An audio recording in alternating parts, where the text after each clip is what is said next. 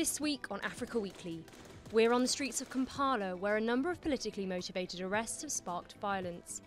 And we'll be in Johannesburg alongside zombies and superheroes to attend Africa's very first Comic-Con. But first, a summary of the stories that made the headlines this week. More than 100 people have died after a ferry capsized in Lake Victoria. The MV Nyerere may have been carrying as many as 200 passengers, double the ferry's capacity, when it capsized close to the pier on Ukara Island. The death toll is expected to climb further as rescue workers continue their search. Capsizes are not uncommon on the massive lake, and the number of fatalities is often high, due to a shortage of life jackets and the fact that many people in the region cannot swim.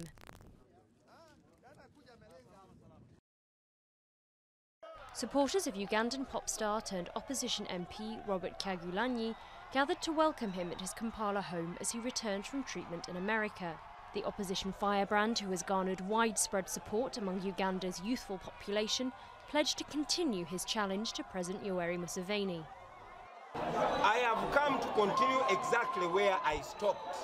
I am going to fight on, and like I said, we must get our freedom or we shall die trying to get our freedom. Kyagulanyi had been in the US for medical care for injuries he claims he sustained from being beaten and tortured in police custody after being arrested. He faces treason charges after Museveni's motorcade was stoned by opposition supporters during a by-election in the northwestern town of Arawa last month. The people of Eswatini are at the polls. The election in the tiny African kingdom formerly known as Swaziland has been denounced by critics as a sham, with political parties banned from the election and voters choosing from individual candidates who were almost all loyal to King Mswati III. His supporters say the elections are a unique blend of tradition and politics, and that the absence of political parties fosters a close link between citizens and elected representatives. To those critics, I think it is important to understand that there is no one-size-fits-all democracy or system of government. Every country has an obligation to design or even redesign where necessary a system that will fit within the cultural norms, the traditions. The king is one of the world's last absolute rulers and has a reputation for lavish spending on planes and palaces, while 63% of his subjects live below the poverty line.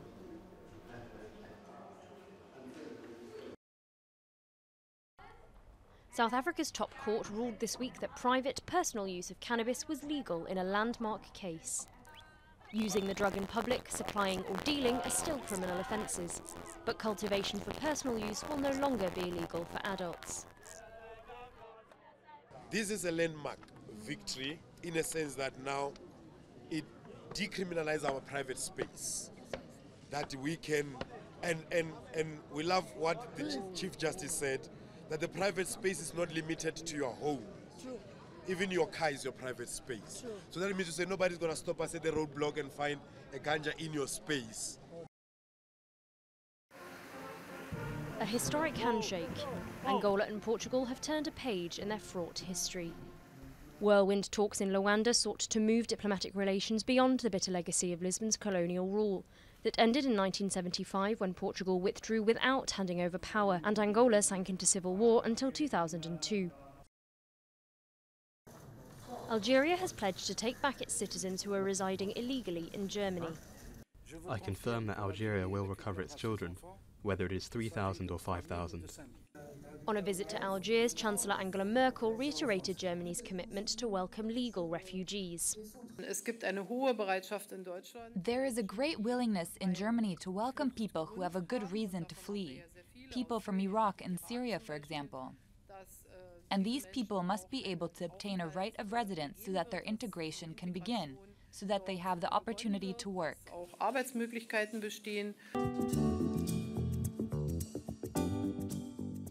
Unrest on the streets of Kampala in response to the arrest of a number of politicians, including MP Robert Kyagulanyi, better known as pop star Bobi Wine. Videos of the police crackdown on protesters have gone viral, further stirring anger against Uganda's President Museveni. The 74-year-old, in a TV address to the nation, blamed external forces for fueling the unrest. Sometimes our youth go into these criminal projects because they want money. They do not enjoy doing this. I have this information on good authority. We should not allow the diversion of any of our people by the tendentious and mendacious media, local or foreign. The arrests came after a crowd of opposition supporters allegedly threw stones at Museveni's motorcade, breaking a window. Many feel the president is now using the incident as an excuse to snuff out opposition voices. NGOs are also being targeted. Last year, the offices of several human rights organizations were raided, equipment confiscated. The president's comments are an indication, both an indication and a culmination of the repression that has been building over time, but also, importantly, the criminalization of dissent or alternative thought. In past 2 months, Human Rights Network for Journalists in Uganda has registered 23 cases of arrests and attacks on journalists. The president has every right, to complain and call for balance in the media. But we have to be very careful because given the position he has, there is a risk that government officials and soldiers and police can actually, take a cue from him and continue their hostility towards the media because they think the media are actually the problem and not their own action. Museveni continues to claim that foreign money is financing his political opponents, where an increasingly vocal opposition is being met with an increasingly heavy-handed crackdown.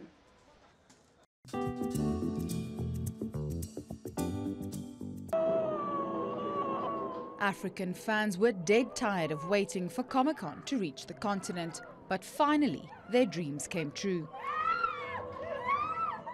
Thousands flocked to the Comic, Animation and Gaming Convention outside Johannesburg, ready to show the international community what they are truly made of.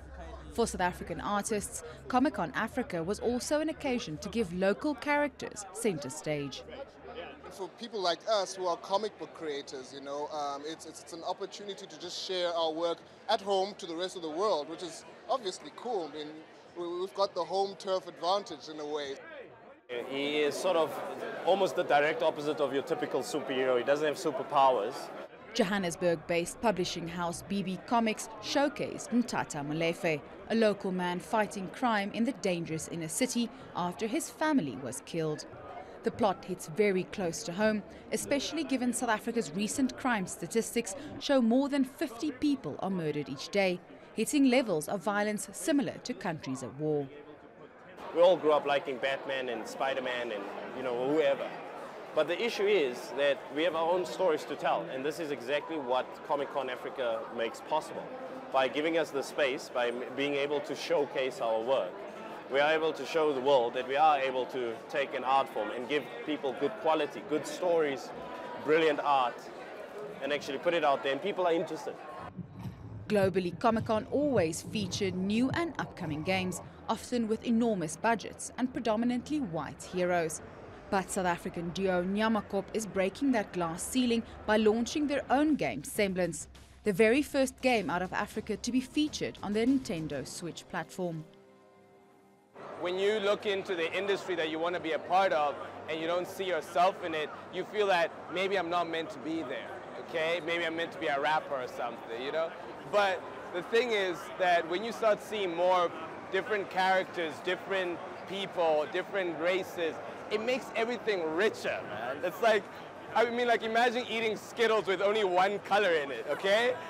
Comic-Con! Africa's first Comic-Con was such a success that tickets for all 3 days sold out, with about 18,000 visitors per day.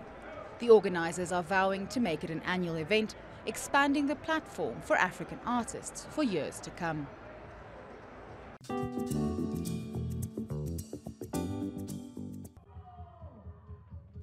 And the first ever African Freestyle Football Championship took place in Lagos, with Ben Abdulnader Kony from Ivory Coast taking home the top prize. That's all from us at Africa Weekly. Until next week.